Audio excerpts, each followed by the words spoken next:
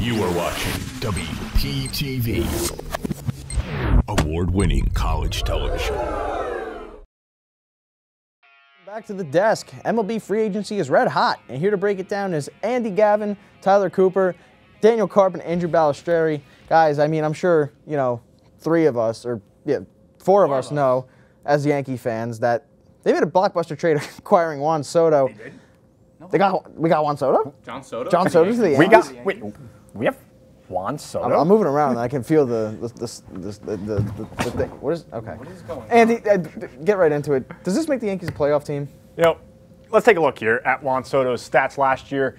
He had a .275 batting average, home runs. He had 35 home runs, RBIs. He had 109 in his OPS, a staggering .930. That is really good, above league average. I think he's going to be a difference maker that the Yankees need. A left-hand bat in Yankee Stadium. Yeah, and it's not even that. I mean, you look at the OPS. That's just kind of what they need, a guy who's going to get on base. But yeah, no, just want to stick with you, Andy. Do you think this makes them a playoff team? No.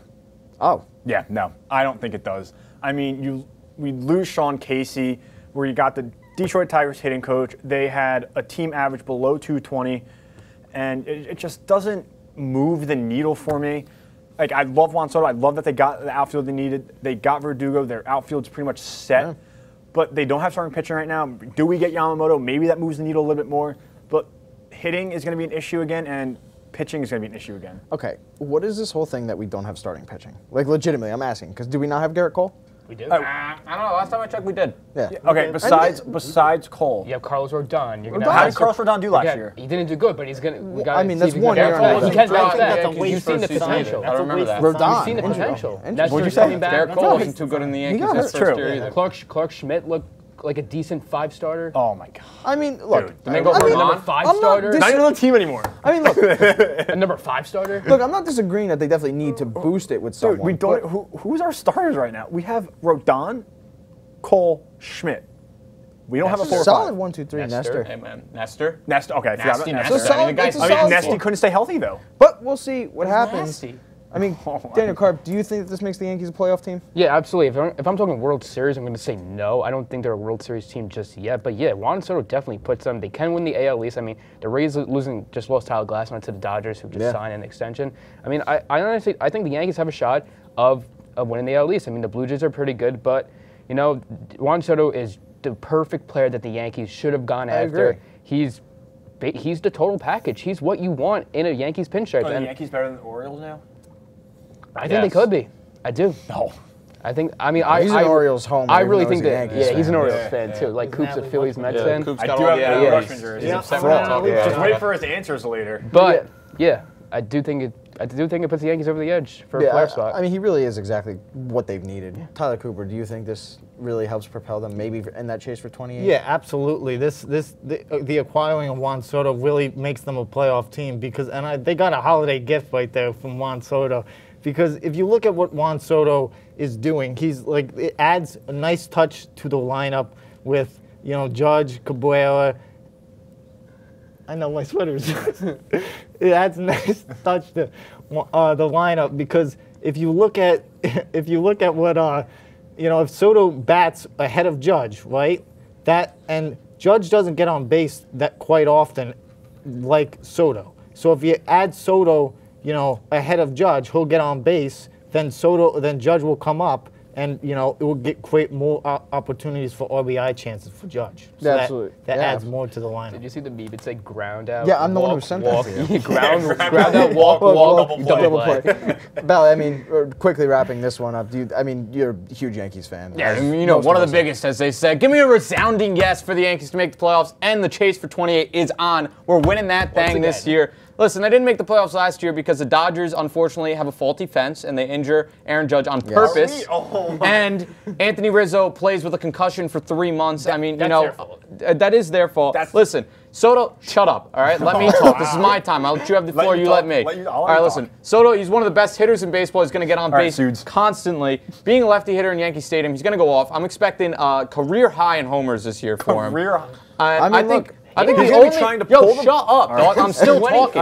The only worry for the Yankees this year is if Mike Stanton falls off a cliff, and if DJ LeMahieu forgets how to hit a ball like he did last year. If not, the Yankees are winning ring number 28 in 2024. Bring this Book back. it. Now Book can I it. talk? I completely agree. Thank you. Dayton fell off a cliff agree. 2 years ago. False. What did he do last He year? had like great 35 last year. homers that year, He was bro. great in 2021. You're delusional. That was 3 years ago, dog. That's 3 years ago now. Wrong. Fans is bummed, dude. Wrong. Dude, 2022 he was bad. no. 2023 he was bad. 2023, so He was it's bad only last year. 2 Dude, he can't even dude, do there's math. Now we're having a math class on the desk. 22 and 23 are 2 seasons. 21 was 3 seasons ago. You can't do math. Wrong. Look. I'm not wrong. Look, we'll move on. Soto cannot Yo. hit. Wrong. 2 seconds. All right, 2 seconds max. Soto, Wrong. 1, 2, Soto's get out of here. Soto's All a right. lefty. He's going to be pulling the ball way too much. He's going to go more to left center. If he stays left center to left field, if he'll be out in front of that ball trying to go the other way, maybe he can get to the short porch. Wrong. Okay. All right, look, let's move on from the AL East to the NL West. The Los Angeles Dodgers, I mean, we all know it. They signed Shohei Ohtani to a massive contract. Daniel Karp, take us through those specifics for that contract. Yeah, absolutely. I mean, the biggest sports contract in American sports. Shohei Ohtani to the Los Angeles Dodgers for 10 years. He got $700 million in that contract, deferment for 10 years, so he's going to make $680 over 10 years after he retires. Like I said, $680 remaining. He's going to only be making $2 million per year, and with the contract, I mean, this is an amazing contract for the Dodgers. I didn't think it was going to be $700 million, but I definitely predicted the Dodgers to make a splash for Ohtani, and there he goes.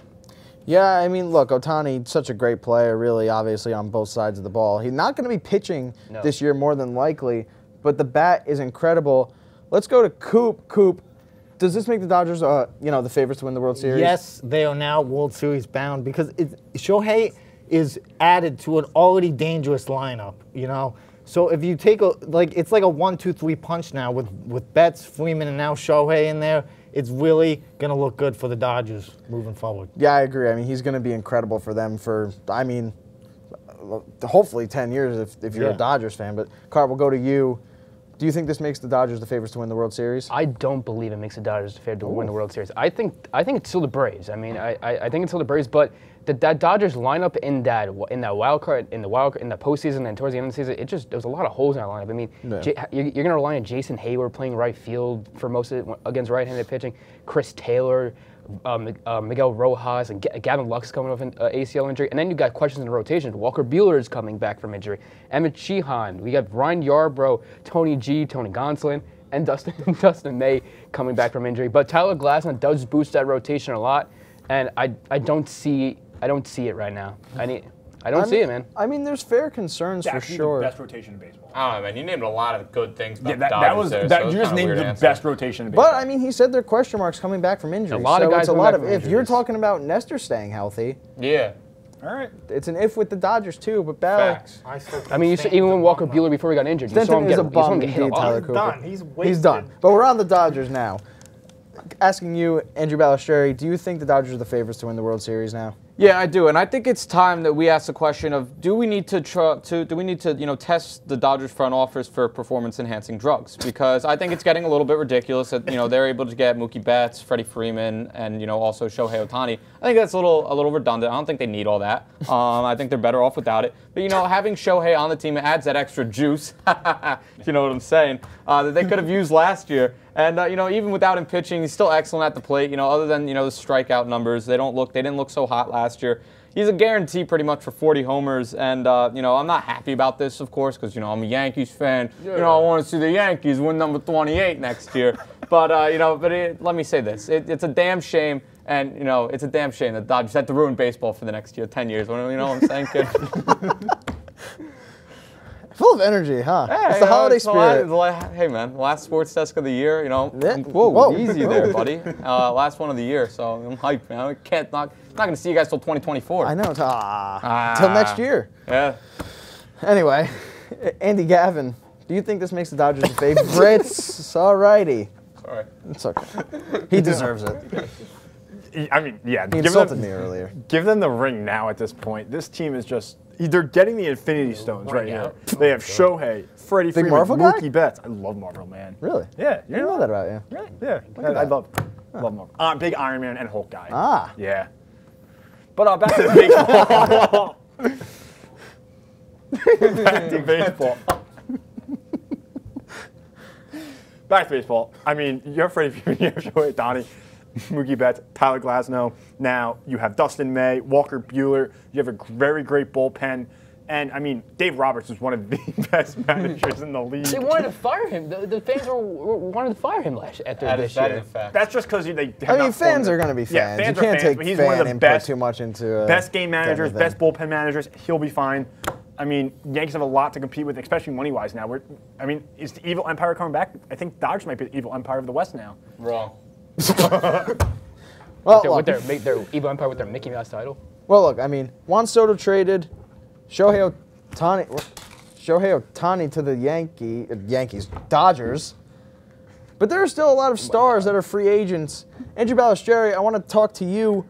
Who's a player that you think is going to be a big splash, and what team do you think he's going to go to? Yeah, before this gets out of hand, give me Matt Chapman sticking with the Toronto Blue Jays. He had a pretty solid season last year as we check out the stats. In 140 games, he batted .240 in that one, had 17 home runs and an OPS of .755. And listen, the Jays are aggressively trying to get him to re-sign. He's a 3-time Gold Glove winner. He's still one of the best defensive third basemen in the MLB. He had 12 defensive runs saved last season and 27 homers in 2021 and 2022. So I think it's a solid, solid matchup for them. I think the Blue Jays re-sign Matt Chapman. Yeah, it really would be a really good re-signing for them, having a really good season. Tyler Cooper, moving on to you. Who's left? What team do you think he's going to? Yeah, I got to go with Josh Hader. He had a pretty sparkling season last year. Let's take a look at his numbers from a year ago. He had innings pitched. It was 56.1, saves 33. ERA was 1.8, which is really sparkling. Strikeouts 85.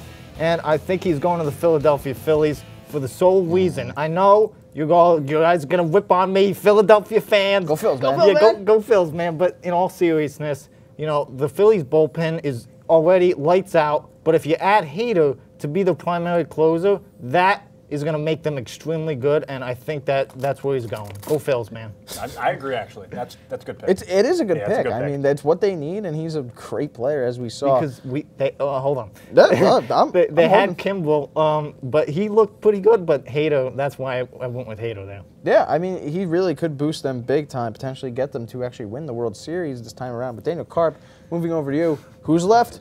Who are they going to? I'm going to talk about Trevor Bauer, who played for the MPB, the Bay Stars last year. And when he was in the major leagues, from 2018 to 21, when he really started to break out, 3.07 ERA in those 3 years, 3.79 in his career. We're going to look at the stats.